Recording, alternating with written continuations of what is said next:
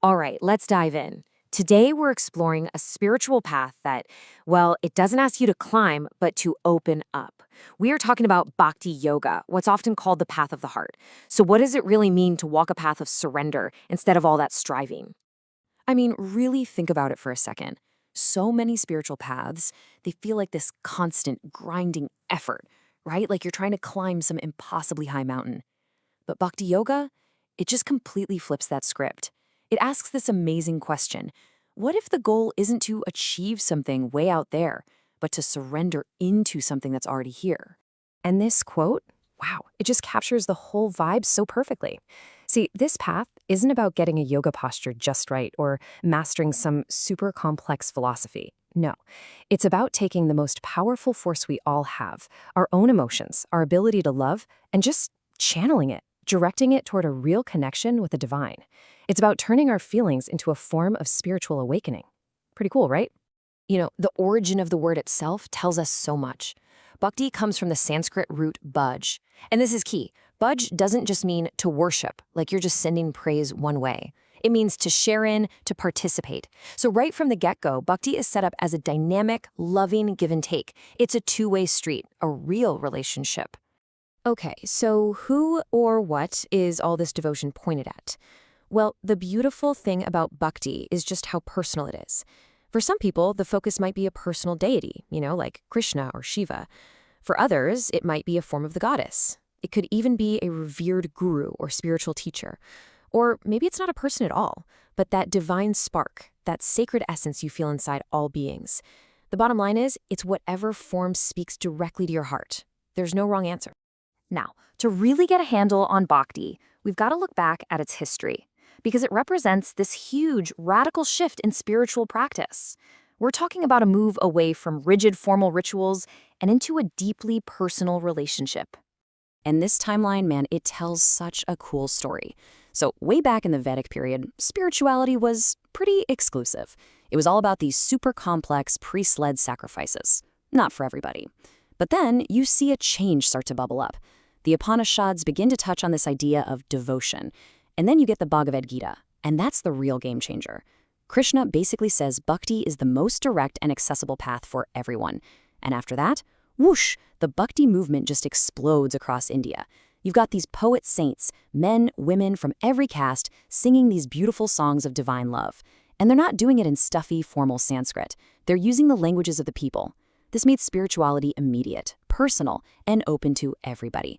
It was nothing short of a spiritual revolution. Okay, so we've established that bhakti is all about love. But how do you actually practice it? How do you cultivate that love? It's not just some vague, fuzzy feeling. There are actual established approaches.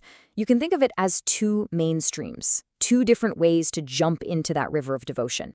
And this comparison just lays it out so clearly. On one hand, you've got Vaidhi Bhakti. Think of this as the path of rules. It's guided by scriptures, by duty.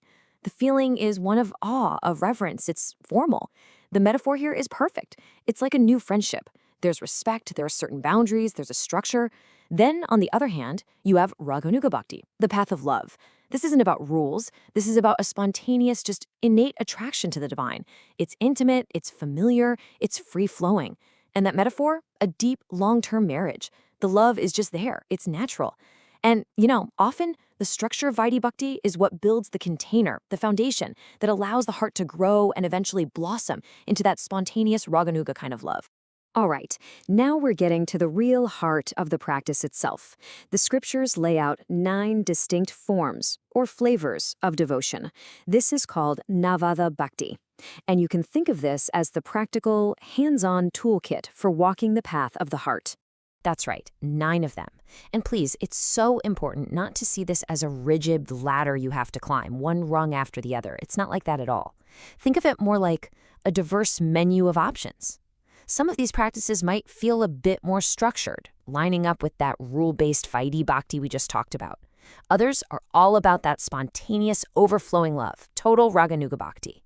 The whole point is to find the flavor of devotion that feels most natural to you. And here they all are, the whole shebang.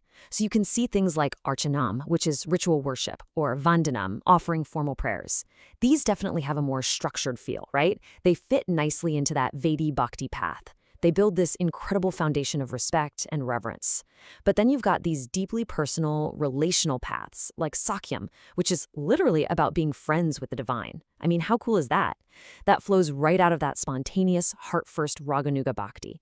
And the thing is, all of them, from listening to stories, to singing, to service, all the way to that final one, total self-surrender, every single one is considered a complete path all by itself. Okay, so that's all the theory, which is great, but how does any of this fit into our busy, chaotic, modern lives? Well, that's the real magic of Bhakti. It's incredibly accessible. So let's just break it down into 3 simple things you could literally start doing today. And listen, I get it. Seeing all 9 of those at once can feel a little overwhelming, but please don't be. Remember, the goal isn't to master all 9 like it's some kind of test. The goal is just to find 1, maybe 2, that really resonate with your heart, something that feels good and natural. So where do you start?